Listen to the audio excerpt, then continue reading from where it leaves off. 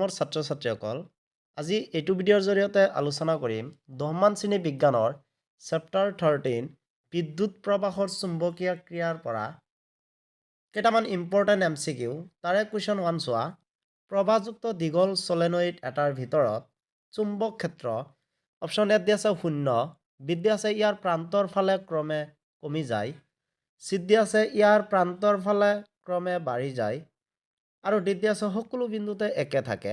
ইয়াৰে শুদ্ধ উত্তৰটো পাবা অপশ্যন বি, ইয়াৰ প্ৰান্তৰ ফালে ক্ৰমে কমি যায়।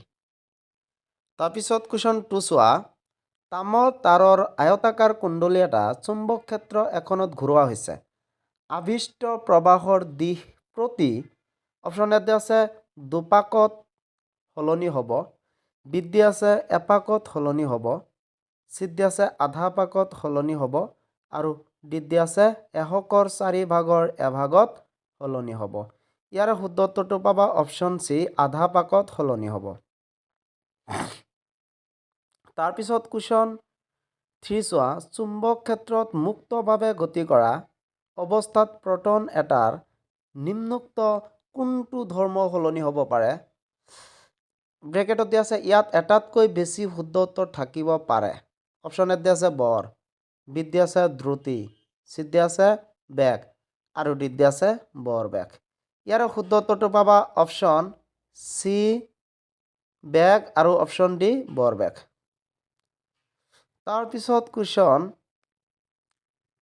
4 চোৱা। পশ্চিম দিশলৈ উৎক্ষেপিত ধনাত্মক আধানেৰে আহিত কণা এটা এডাল চুম্বক ক্ষেত্ৰ এখনত উত্তৰ দিশলৈ বিদ্যুৎ হ'ল। চুম্বক ক্ষেত্ৰৰ দিশ হ'ব অপশ্যন এত দিয়া আছে দক্ষিণমুৱা, বিত দিয়া আছে পূবমুৱা, চিত দিয়া আছে নিম্নমুখী, আৰু ডিত দিয়া আছে ঊৰ্ধ্বমুখী। ইয়াৰে শুদ্ধ উত্তৰটো পাবা অপশ্যন ডি ঊৰ্ধ্বমুখী। তাৰপিছত কুৱেশ্যন 5টো চোৱা। তলৰ কোনটোৱে এডাল পোন দীঘল পৰিবাহীৰ ওচৰৰ চুম্বক ক্ষেত্ৰ শুদ্ধভাৱে বৰ্ণনা কৰে?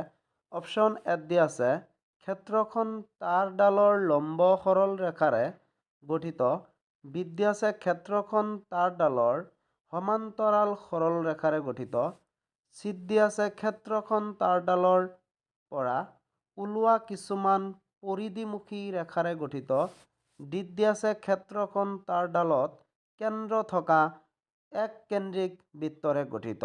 ইয়াৰে শুদ্ধ উত্তৰটো হ'ব অপশ্যন ডি, ক্ষেত্ৰখন তাঁৰডালত কেন্দ্ৰ থকা এককেন্দ্ৰিক বৃত্তৰে গঠিত। তাৰপিছত কুৱেশ্যন 6টো চোৱা। বিদ্যুৎ আৱেশৰ পৰিঘটনা হৈছে অপশ্যন এত দিয়া আছে বস্তু আহিতকৰণৰ প্ৰক্ৰিয়া, বিত দিয়া আছে কুণ্ডলীত চালিত প্ৰবাহে চুম্বক ক্ষেত্ৰ সৃষ্টি কৰা প্ৰক্ৰিয়া, চিত দিয়া আছে চুম্বক আৰু কুণ্ডলীৰ মাজৰ আপেক্ষিক গতিৰ বাবে এটা কুণ্ডলীত আবিষ্ট প্ৰবাহ সৃষ্টি হোৱাৰ প্ৰক্ৰিয়া, আৰু ডিত দিয়া আছে বৈদ্যুতিক মটৰৰ কুণ্ডলীৰ ঘূৰ্ণনৰ প্ৰক্ৰিয়া। ইয়াৰে শুদ্ধ উত্তৰটো পাবা অপশ্যন চি, চুম্বক আৰু কুণ্ডলীৰ মাজৰ আপেক্ষিক গতিৰ বাবে এটা কুণ্ডলীত আবিষ্ট প্ৰবাহ সৃষ্টি হোৱাৰ প্ৰক্ৰিয়া। তাৰপিছত কুৱেশ্যন 7টো চোৱা। বৈদ্যুতিক প্ৰবাহ উৎপন্ন সঁজুলিক অপশ্যন এ জেনেৰেটৰ বোলা হয়, বিত দিয়া আছে গেলভেনোমিটাৰ বোলা হয়, চিত দিয়া আছে এমিটাৰ বোলা হয়, আৰু ডিত দিয়া আছে মটৰ বোলা হয়। ইয়াৰে শুদ্ধ উত্তৰটো হ'ব অপশ্যন এ জেনেৰেটৰ বোলা হয়। তাৰপিছত কুৱেশ্যন 8 চোৱা।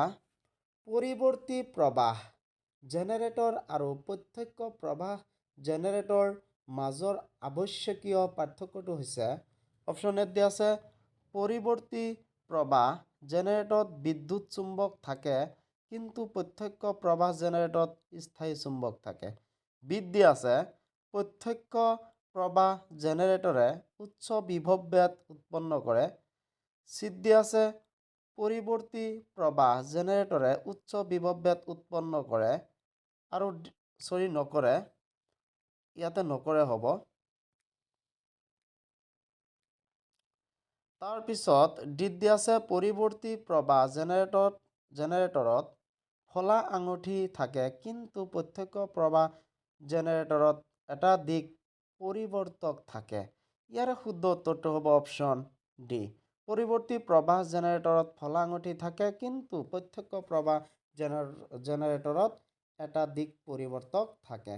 তাৰপিছত কুৱেশ্যন 9টো চোৱা, শস্য বৰ্তনী হোৱাৰ সময়ত বৰ্তনীটোত প্ৰবাহ অপশ্যন এত দিয়া আছে বোজন পৰিমাণে কমি যায়, বিত দিয়া আছে সলনি নহয়, চিত দিয়া আছে বোজন পৰিমাণে বৃদ্ধি পায় আৰু ডিত দিয়া আছে অবিৰতভাৱে সলনি হয়। ইয়াৰে শুদ্ধ উত্তৰটো পাবা অপশ্যন চি, বোজন পৰিমাণে বৃদ্ধি পায়। তাৰপিছত কুৱেশ্যন 10টো চোৱা, এটা বাণিজ্যিক মটৰত তলৰ কোনটো ব্যৱহৃত নহয়? অপশ্যন এত দিয়া আছে বৃহৎ সংখ্যক পাকৰ কুণ্ডলী, বিত দিয়া আছে ভুল খাক, চিত দিয়া আছে আমৰেচাৰ আৰু ডিত দিয়া আছে ওপৰৰ আটাইকেইটা। ইয়াৰে শুদ্ধ উত্তৰটো পাবা অপশ্যন বি, ভুল খাক। তাৰপিছত কুৱেশ্যন 11 চোৱা, বৰ্তনীত প্ৰবাহৰ উপস্থিতি নিৰ্ণয় কৰা সঁজুলিবিধ হ'ল অপশ্যন এত দিয়া আছে গেলভেনোমিটাৰ, বিত দিয়া আছে এমিটাৰ, চিত দিয়া আছে এনিমোমিটাৰ আৰু ডিত দিয়া আছে ওপৰৰ এটাও নহয়। ইয়াৰ শুদ্ধ উত্তৰটো পাবা অপশ্যন এ, গেলভেনোমিটাৰ। তাৰপিছত কুৱেশ্যন 12টো চোৱা, তলৰ কোনটো সঁজুলিয়ে বৈদ্যুতিক শক্তিক যান্ত্ৰিক শক্তিলৈ ৰূপান্তৰিত কৰে? অপশ্যন এত দিয়া আছে বৈদ্যুতিক জেনেৰেটৰ, বিত দিয়া আছে গেলভেনোমিটাৰ, চিত দিয়া আছে বৈদ্যুতিক মটৰ আৰু ডিত দিয়া আছে এমিটাৰ। ইয়াৰ শুদ্ধ উত্তৰটো পাবা অপশ্যন চি, বৈদ্যুতিক মটৰ। তাৰপিছত কুৱেশ্যন 13টো চোৱা, চুম্বক ক্ষেত্ৰ এখনত ঘূৰোৱা কুণ্ডলী এটাত আবিষ্ট হোৱা প্ৰবাহৰ দিশ নিৰ্ভৰ কৰা কাৰকটো হ'ল অপশ্যন এত দিয়া আছে কুণ্ডলীৰ গতিৰ দিশ, বিত দিয়া আছে চুম্বক ক্ষেত্ৰৰ দিশ, চিত দিয়া আছে এ আৰু বি দুয়োটাই, ডিত দিয়া আছে ওপৰৰ এটাও নহয়। ইয়াৰ শুদ্ধ উত্তৰটো পাবা অপশ্যন চি, এ আৰু বি দুয়োটাই। তাৰপিছত কুৱেশ্যন 14টো চোৱা, এটা এচি জেনেৰেটৰত তলৰ কোনটো ব্যৱহৃত নহয়? অপশ্যন এত দিয়া আছে ফলা আঙুঠি, বিত দিয়া আছে সুবৰ্ণ আঙুঠি, চিত দিয়া আছে চোক, ডিত দিয়া আছে এটাও নহয়। ইয়াৰ শুদ্ধ উত্তৰটো হ'ব অপশ্যন এ, ফলা আঙুঠি। তাৰপিছত কুৱেশ্যন 15টো চোৱা, চুম্বক ক্ষেত্ৰত ৰখা প্ৰবাহযুক্ত পৰিবাহীত প্ৰয়োগ হোৱা বলৰ মান তলৰ কোনটো কাৰকৰ ওপৰত নিৰ্ভৰ কৰে? অপশ্যন এত দিয়া আছে পৰিবাহীৰ মাজেৰে যোৱা প্ৰবাহৰ মান, বিত দিয়া আছে চুম্বক ক্ষেত্ৰখনৰ মান, চিত দিয়া আছে পৰিবাহীৰ দৈৰ্ঘ্য, ডিত দিয়া আছে ওপৰৰ আটাইকেইটা। ইয়াৰ শুদ্ধ উত্তৰটো পাবা অপশ্যন ডি, ওপৰৰ আটাইকেইটা। তাৰপিছত কুৱেশ্যন 16টো চোৱা, চুম্বক ক্ষেত্ৰত ঘূৰোৱা কুণ্ডলী এটাত আবিষ্ট প্ৰবাহৰ দিশ নিৰ্ণয় কৰা নীতিটো হ'ল অপশ্যন এত দিয়া আছে ফ্লেমিঙৰ সোঁহতীয়া নীতি, বিত দিয়া আছে ফ্লেমিঙৰ বাওঁহতীয়া নীতি, চিত দিয়া আছে সোঁহাতৰ বুঢ়া আঙুলিৰ নীতি আৰু ডিত দিয়া আছে ওপৰৰ এটাও নহয়। ইয়াৰে শুদ্ধ উত্তৰটো পাবা অপশ্যন এ, ফ্লেমিঙৰ সোঁহতীয়া নীতি। তাৰপিছত কুৱেশ্যন 17টো চোৱা, তলৰ কোনটোৱে এটা বৈদ্যুতিক মটৰত দিশ পৰিৱৰ্তক হিচাপে কাম কৰে? অপশ্যন এত দিয়া আছে আয়তাকাৰ কুণ্ডলী, বিত দিয়া আছে লিপৰ, চিত দিয়া আছে বহজ, ডিত দিয়া আছে ফলা আঙুঠি। ইয়াৰ শুদ্ধ উত্তৰটো হ'ব অপশ্যন ডি, ফলা আঙুঠি।